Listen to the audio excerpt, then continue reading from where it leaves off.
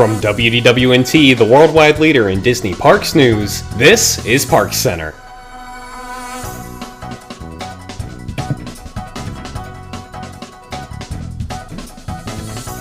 Hello there, everybody. Welcome to this week's edition of ParksCenter. Joining me on tonight's show, we have Allison. Good evening, everyone. Tyler. Oh, hello from Canada. Jill. Jill? You're muted. It happens to everyone. I do it every time. Hello, folks. And Pete.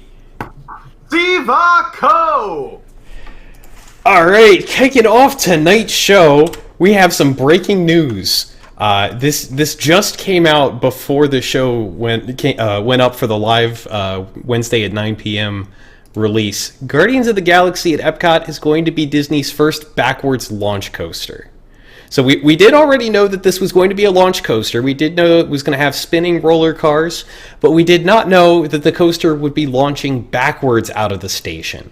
So this is going to be going out of the old Universe of Energy building, through a tunnel, and up into a new, that giant like sky blue shell building. Here's a nice diagram. Up that launch return tunnel into this new building being built back behind there, or the red building, I should say. This is pretty cool. Like, I've never been on a backwards launch coaster. I don't know of any. I'm sure some exist, or else they'd be bragging about it being the world's first, but this is pretty sweet. I'm looking forward to this. I am so glad we're starting tonight's episode off with something really fun that I'm excited about. It's not just the backward launch. We already knew that the cars would rotate, but this sounds really interesting because the way it's described is you'll launch backward and the car will rotate and go forward. So I just keep thinking of like when you're going into the graveyard scene in Mansion, but a coaster of that, and it sounds really cool. Oh my gosh, yeah. I didn't think about Mansion. That's a really good comparison for this. I'm trying to think about I was trying to think about like what reason would we have for like being launched backwards, and I'm just picturing like somebody breaking something and then like an explosion like whips you backwards or something. I'm just trying to think of where story-wise in that ride it would like the reason that happens. Like, it makes sense for Mansion because we're like, I guess also they don't want you like leaning forward, going down slowly, but like on all those rides it makes sense to go backwards for some kind of cool thing. So I'm wondering where it's going to happen on this ride or why. Pete? I was going to say this lends itself so well to the story. I mean, if you've been on the Guardians ride over at Disney California Adventure, obviously, spoiler alert, Rocket, is breaking in and he's making things happen. I don't want to give too much away, but you're trapped in this elevator that he breaks. You have to break into and uses your palm the whole line. This lends itself so well to the storyline of you have Drax breaking something, or Rocket Raccoon being like, "You messed up," or Peter's got to come get you. It's going to be so cool to launch backwards and see. I'm assuming in that launch tunnel we will have some kind of graphics or projections that the story will set itself up to. It's going to start in chaos and then work your way through to the Guardians saving the day in some way. It's going to be so awesome because that launch hill, I don't know if you've seen it, it's pretty steep. So you got to launch pretty fast backwards. My personal favorite roller coaster at Walt Disney World is the only other coaster that goes backwards, and that would be Expedition Everest. So I am super pumped for another launch backwards. It's going to start the ride with so much excitement. And like we said, the cars get to rotate. And I'm sure at some point we'll see something happen to rotate sideways. We got to get out of here. Let's keep going, or whatever happens. And you go forward and you get a nice couple drops because you're going to start way up top on the top of the building and work your way down. So this is very exciting stuff. Speaking of, we got to get out of here and move on to the next topic, which is going to be a bit of a doozy. So the land and the seas. This is just a rumor at this point, so it is theoretically possible this might not pan out. But the current rumor is that the seas and the land are going to be demolished going forward. This is going to be part of Phase 2 of the Epcot overhaul coming up soon. The current projected dates for this would be between 2024 and 2026, putting this between 5 and 7. 7? Yeah, 7 years out at this point.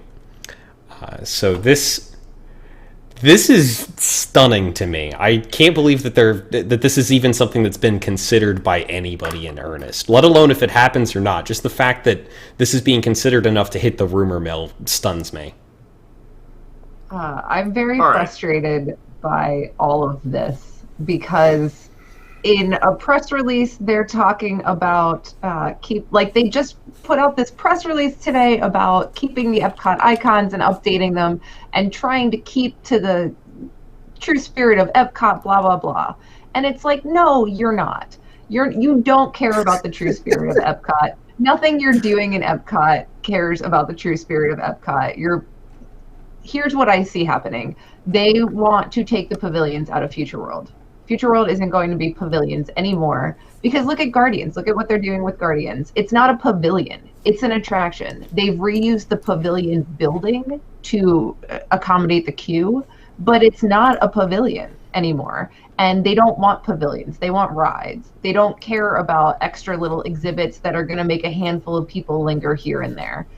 They're just, it's all going to be gone. The only reason they're reopening Play Pavilion is so that they can have something to accommodate people while they're ripping out all the rest of everything else. Epcot's going to be no more pavilions in 10 years. That is my dim. That is a very bold prediction. And the saddest thing is, I had the last feeling as I was walking through the seas and as I was on Living with the Land, that these things have to cost much, not so much Living with the Land, cost so much for Disney to keep running, that I was almost surprised pleasantly that they were still there. And then as soon as I had that thought, I had like that sinking feeling in my stomach, like, these can't be long for this world. And is my daughter going to be able to see this and remember this? Because I really think they're both so special, and they're what Epcot is all about to begin with. And I don't know what she is need to remember is like.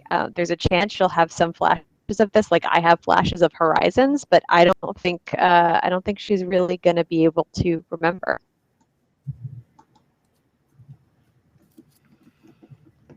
All right, so I'll jump in here. I hate to say this, and I think Jill touched upon this. I love the seas and the land. They're probably my two favorite pavilions. I know a lot of people have love to other areas. I don't remember them as much because I was a younger child. I don't know how I'm considered young on this show, but I'm young. The Living with the Land attraction to me is something I have to go on every single time I go to Epcot. It means a lot to me, even though it's dated. It feels old, but it's still fun and exciting. You still get to, it's just such a cool ride. And then you have Soarin', one of the biggest breakthrough attractions in Disney Imagineering. And just like going back, like, this is the land alone, and then I'll talk about the seas really, really quick. But the land alone, like, opening day, like, came out a 2.5 million square foot pavilion. Like, that's insane in the theme park industry now, but let alone back in 1982 when it debuted. Big shout out to Kraft and Nestle for holding it down, because it probably wouldn't have happened without Kraft, who was the sponsor for the first 10 years, then Nestle for the next 10 years. But I mean, this housed some like iconic rides. You can talk about Kitchen Cabaret, Food Rocks, Symbiosis, and again, just Living with the Land. I think, though, obviously, like in the article, we say Soarin's going to stick around. Obviously, that's not going anywhere. You're going to see more of an entrance like that you see over at Disney California Adventure. I think we're going to lose both pavilions. Obviously, like, the pavilions are leaving. The fact that we're calling the new pavilion, which is going next to Guardians, the Play Pavilion, it's just going to be the Play whatever it is. There's going to be no more pavilions. Test Track is just the ride Test Track. It's not a pavilion. Then you have Mission Space. That's just a ride. That's not a pavilion either. So these are the last two, and they're going away. The land, I think, is easier to get rid of, although it hurts me more, because you could just keep Soarin' and get rid of everything else and use it for something else. The seas is very interesting to me because, I mean, this was something that's, first of all, it's a major undertaking. You're talking, when they debuted the seas, it was the largest saltwater aquarium in North America. Like, it's crazy. Then maintained its title in America until the Georgia Aquarium opened up and overtook it. But I mean, you're talking about 5.7 million gallons of handmade salt water, an amazing array of animals, great rides to Nemo. Nemo's still totally relevant. But again, so we're talking 6 years out. There's probably not talks for another Nemo movie, so that's going to be gone. It doesn't matter. You probably can just bring these animals to either a smaller version of this at Animal Kingdom, which would make more sense, or they probably will just, like with all of their zoos, they kind of trade and give off animals to other areas, or they might even make their way to the Georgia Aquarium. It's sad for me. I love seeing the children's faces when they see the live animals. This isn't an animatronic. This is real life. You learn so much, but Epcot's not that anymore. There's no reason to keep these two pavilions the way they are. It's not an edutainment park. It's about IPs. It's about festivals. It doesn't make sense. So, I mean, I don't know. Jill made the bold prediction. I don't know how bold it is. This has been something that's been coming a long time, and this is still 6 years away. So in 6 years, these are going to seem like dinosaurs of pavilions. So as sad and as unhappy as it makes me, I think this is inevitable no matter what. I just want to say really quick, if they are getting rid of it, and Ben is muted, if they're going to get rid of it really quick, I would be happy to know what's going in there, because there's a lot of real estate for those areas, especially in the backstage areas behind it. I think it would be really cool to see Soarin get its own entrance and a proper kind of queue instead of the very long hallway we have to walk down to get outside of the building. Like, Soarin' Fantastic Flight looks amazing. And then we have the airport theme that we currently have, which is just a couple neon strips of glowy Have you been lights. to DCA? Have you done DCA? No, I have not yet.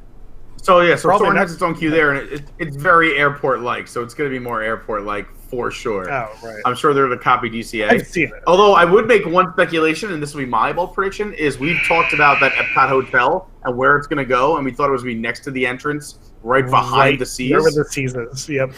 Right where the seas. Yeah, that would be... Jeez. I'm not muted anymore, right? No. No, we you're can hear you good loud and now. clear. Wonderful, just making sure. All right, moving on from there to something else we get to wave goodbye to here. Pardon the pun. The wave at Disney's Contemporaries is now rumored to become the Incredibles Steakhouse. I'm not even reading the rest of this story. I know, What? right? Like, this What? doesn't even deserve acknowledgement. This is such a dumb idea. What Like, are we this is- I doing? Horned I in! can't think of anything dumber than this. The Incredibles. Yeah, this was the point in the day where I thought maybe it was April 1st, and I had forgotten what month we were in. This can't be real.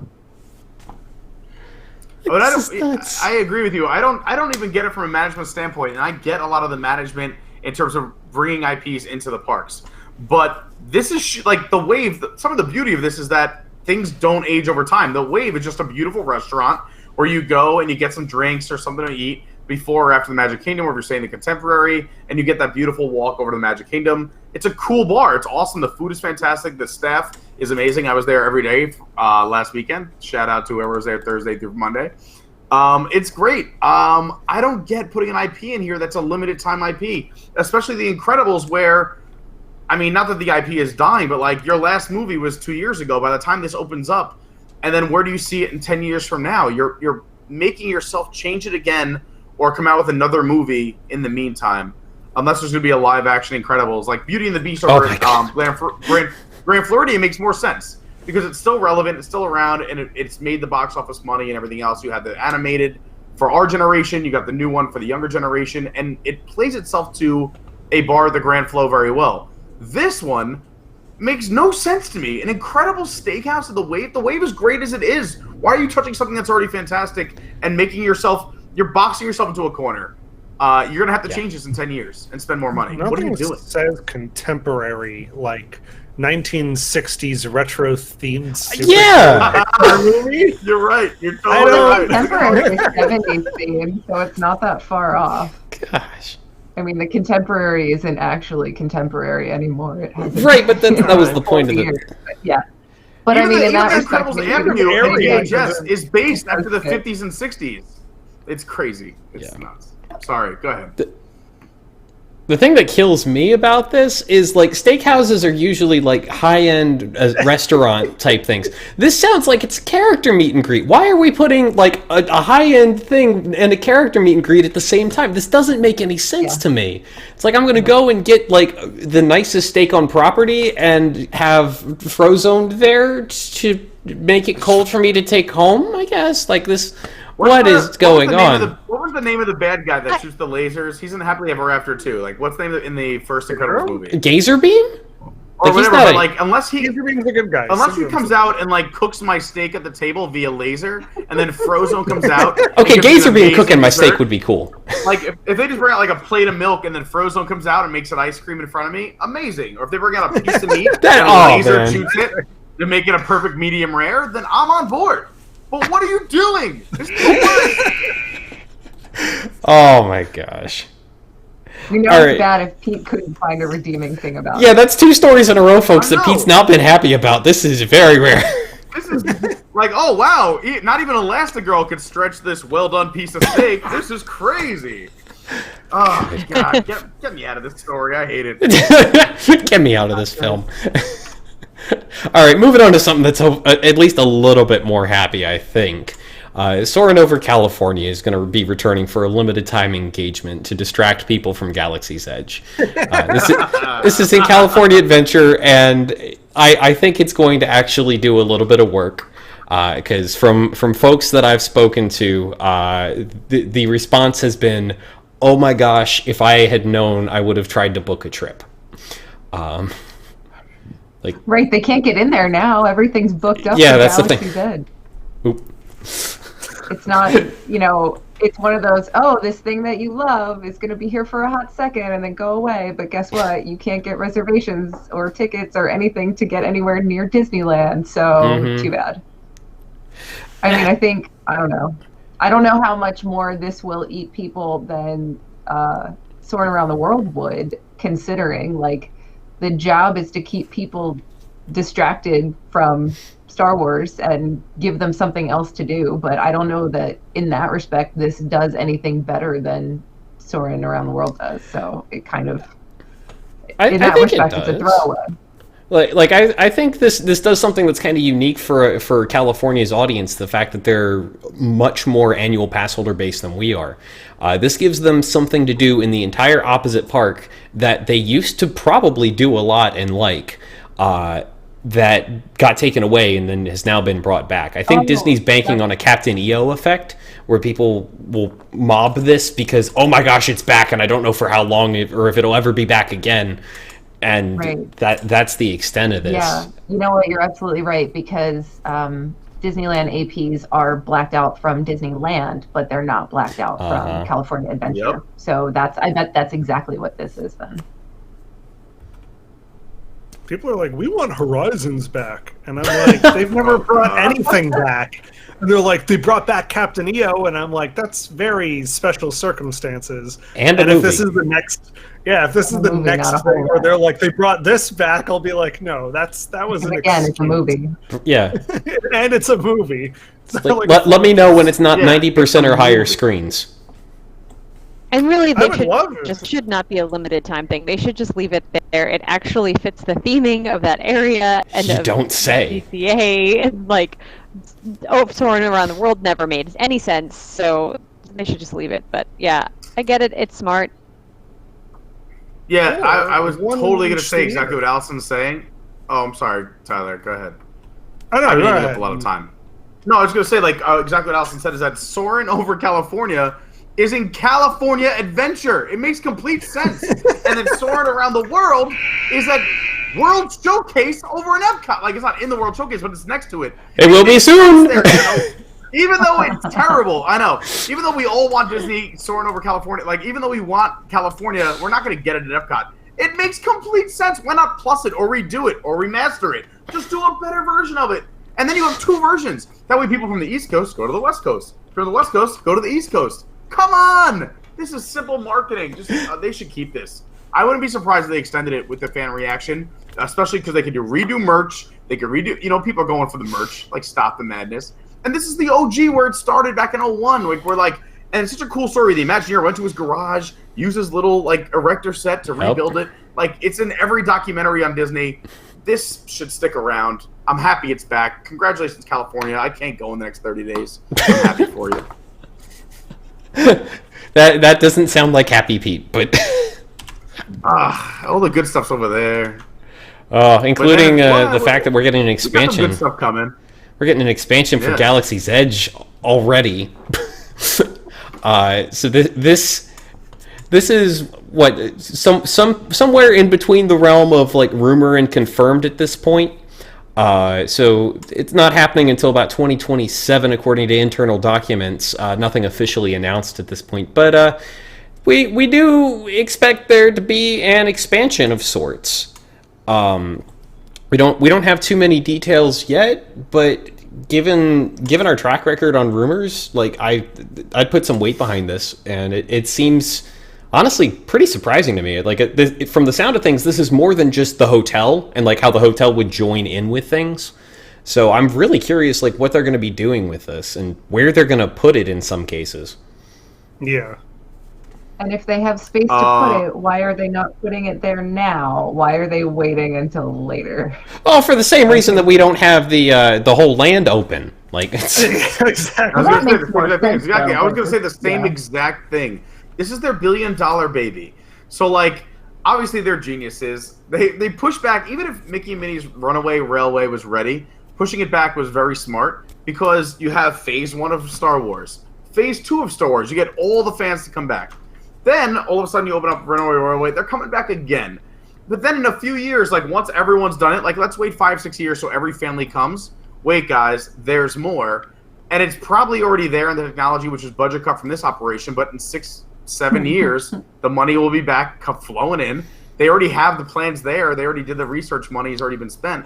Why not keep expanding? Star Wars, they're putting out a Star Wars film one way or another every year until eternity. They tried doing 2 or 3 in a year, didn't work. But they're doing at least one from now and probably until the day we all die. Let's just be real. So you got to keep expanding. It's already been done. I guarantee this is stuff that was already on the table from the get, and now it's already been off. And it's like, let's wait until we have money again. They're genius. They're smart. They make money. God. Is Star Wars going to be every year or every other year? Because I thought there was something where they were alternating Christmases with Avatar for a while. Oh no, they're doing every year. Avatar's still coming out, but they used to do 2 films. It was like Christmas, Memorial Day. Well, they tried 3, and that was an epic fail. Yeah. Now it's going to be, and then they tried 2, and it's still too many because now they have Avatar, then they have all the other animated releases and whatnot, and of course all the live action movies. So I believe it's going to be 1 Star Wars a year or a Star Wars offshoot. We might I think what episode are we on? 9? What are we up to? 8? Yeah, we're waiting on 9 to come out now. Yeah. Yeah, 9's coming out this year. So then next year might not be 10, but it might be another offshoot. But now you've waited a full year as opposed to just like 4 months or 5 months. Right. We've got a little bit of time to spare if someone else has something they want to say on this. Don't get rid of Muppets, or Jill will slap you. Oh, good luck. That is where it's going to go, isn't it? Ashley's the Muppet. Where else is it going? What are they going to tear down the highway? Sorry. Yeah, that's my question. Where's this going to go? And is it going to go into more space in existing Hollywood studios? That's the big concern. Have they figured out some way to reroute roads, or is this just going to cannibalize what little bit of goodness we have left in studios? Because it's certainly not taking over Toy Story Land. There's a little bit. There's enough to have. I'm just looking at the Google Maps right now because you can see top down of what Star Wars is taking up in Florida. There's a bit of backstage, but there's also like, I assume that's where stuff like costuming and stuff still is. And you can't go the other way because that's where Toy Story Mania is. And then the only other side is the parking lot, but you'd have to walk between the other 2 show buildings, which would be confusing and probably not what they expected to do, considering that's like a backstage access road right now. Also, keep in mind, we're all saying expansion as if this is like a major expansion. It could be like a restaurant. Yeah, like, it could be a gift shop. It could Yoda's be barbecue. A meet and greet. Yeah, it could be Woody's barbecue. But it just Olga opened a barbecue too. Go check it out. Oh my gosh! Like, it could be anything. Like this is like we don't know exactly what it is. When we have more information, we'll get it. This is also years and years away, so I'm sure it's going to change a million times. They're just going to merge Avatar and Star Wars after alternating films like that, and then just put Satuli Part 2 in there. There you go. That's it. What would you guys want the expansion to be? Here's what I would like to. I'd like it to be anything. I think it would be actually amazing, and I don't think this is actually going to be the case based on what we know that the expansion is currently planned for studios. But I think what would be incredible is if they actually built different Star Wars lands attached to other parks. That you had like your Blackspire Outpost experience in studios, but then you could have a Tatooine experience in the Magic Kingdom or whatever, and just vary it so that my fear with that is the universe. Then you turn Walt Disney World into Star Wars World, which is my fear, because there are people who don't love Star Wars as much. I know it should be its own park. I know it should be its own gate. Problem. That's I know, I get it, but they don't want to invest in one gate with one IP yet. Who knows? It may come. But you don't want to turn Walt Disney World into Star Wars World or just IP World either. Like you have to keep I would hate to see anything Star Wars in the Magic Kingdom, personally. But again, I mean, if we want to play Fantasy World, why don't we just dig down, build a Hyperloop, ask Elon Musk, and shoot him over to Pandora? Why not? That'll be fun. Right. Pop up in Pandora. You know what I would hate? I would hate to see all of Future World become Marvel IP themed. But, oh my gosh! That's where we're going. But keep in mind, but you're still calling it Future World, which it will not be called in 2 years. Oh no, it's going to be called Stark Expo. Oh my gosh! It's gonna be called the non-World Showcase at Epcot. It's just gonna be the free for all. All right. My favorite joke was that each of the Guardians will have their own pavilion in Future World. All right, Joe, relax. Why don't you keep it in your pants? Yep. Speaking of. I feel like this topic is creepy, Carney. Oh no, this is the Nick topic of the night. Disney Security. Disney Security has been phasing out the requirement that you take loose items out of your pockets, and you can now walk through metal detectors with things in your pockets. Just in case any of you thought that these metal detectors actually did anything, now they really don't. No, they do. They do. So what do they do?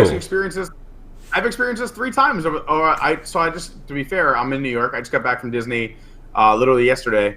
So they tell you to keep everything out. If you walk through and you put your items in your hands or your pockets, I don't think you keep it in your pockets. I always held mine because I was a little leery. But if you walk through, there's something about a cell phone that doesn't set it off. Sometimes a park pin does, sometimes it doesn't. But I think that they've turned it up or they're sensitive to certain metals or items. If you do walk through with your stuff and it goes off, they can tell where it is in your body. They'll say, oh, in your pocket. Just empty your pocket now, put it on the table real quick, walk through again. But for, honestly, I want to say, I don't know, out of the 12 times I walked through the metal detectors, it worked flawlessly out of 10, and sometimes it picked stuff up on me, or there was a belt, or it was my girlfriend's birthday, so her birthday pin might have gone off. But it's very fast and convenient. It definitely sped up the lines. I don't think I waited in security for more than 3 minutes the entire 5 days. The thing that gets me with this whole thing is that I was walking through security and had one of these, just a little, portable applesauce pouch. Why do you have a go-go squeeze in front of you? I had a snack before the show! You are a grown man! They give them out free at Epcot! Yeah, really. It's that's where I found out about these. They're great. But anyways. Get back from Epcot. # not sponsored. But it's something that small can set this off and will make you go back through the metal detector again. Now they're tuning this down. This is ridiculous. It's not going to do anything. I'm waiting for someone to walk in with a knife at this point. Not that I'm encouraging it at all, but I'm sure someone's going to make this accident. It would set it off. All of this is evidence to me that this is just random. I don't think there's any science behind this. I think that it's just randomly going off maybe 1 out of 10 times. Is that what you said? And there's no rhyme or reason to it, but it's the perception that that it has some scientific effect, and that maybe is some deterrent. But this is all just for show. Yeah. Speaking of show, that is going to be the end of this week's show. So thank you all for joining us. If after hearing all of this this wonderful news, if hearing about Soarin' over California has made you want to book your trip, I highly recommend you reach out and contact the folks at Never Grow Up Vacations, the official travel sponsor of WDWNT. Never Grow Up Vacations is an authorized Disney vacation planner whose focus is in making magic for their clients. With over 20 years of experience booking Disney vacations, we're sure they can help you make your next trip even more magical. Head on over to wdwnt.travel to contact them about your next trip today. All right, folks, thank you all for watching. If you're watching this live, thank you for doing so. If not, we stream live every Wednesday night at 9 p.m. Eastern on the WDWN Tunes and also over at youtube.com/WDWNT. If you would like to check us out when we're not live, you can find us there on YouTube for replays as well. You can also search for the podcast version of the show if you'd prefer an audio-only form. Just search for ParksCenter wherever fine podcasts are sold. All right, folks, thank you all for tuning in. We do not have a post-show this week. We are going to be getting off the air relatively quickly here, but we will have a post-show tomorrow night for WDW News Tonight, which starts at 9 p.m. Highly recommend you check that out. And if you're not a Wix member, check us out. The hub. No, Oh no, it's around the hub. I it's forgot. not. Thank you, folks. Special episode of Hub Wars. Look at that. Oh man, I wish I'd pulled up the graphics for that. Y'all should check out Hub Wars. It's going to be even this is such a rare occurrence to see around the hub on this network anymore. Please go check that out. It's going to be great. Thank you all for correcting me. And with that mistake out of the way, we are going to end the show before I make any more. Thank you all for joining us, and we will see you next week.